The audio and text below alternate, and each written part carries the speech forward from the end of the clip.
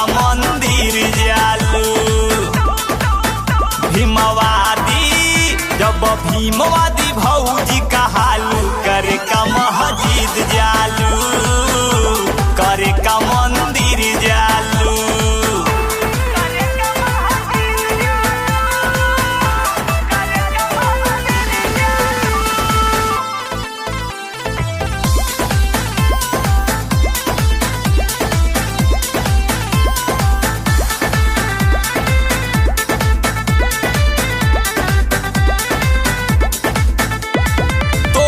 बलम जी पूजा कैल का खातिर करेले माना हो, मंदिर में गइल कहे ले छोड़ा बाबा साहब के तू माना हो।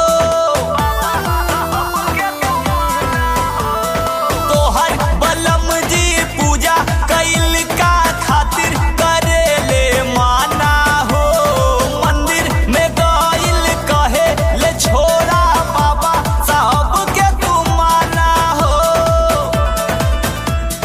मथुरा कभी मक्का मदीना भेटालू करे का मस्जिद जालू, करे का मंदिर जालू।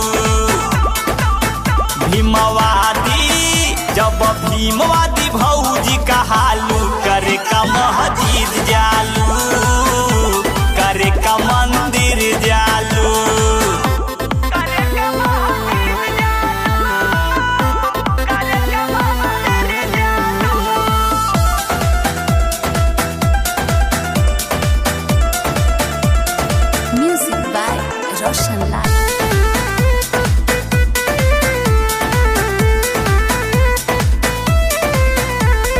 एके दीवाना कहे सलेंदर बने लुतू भीमवादी हो, देखे ला रोशन चारों तरफ के खालू तू घूमी बरसाती हो।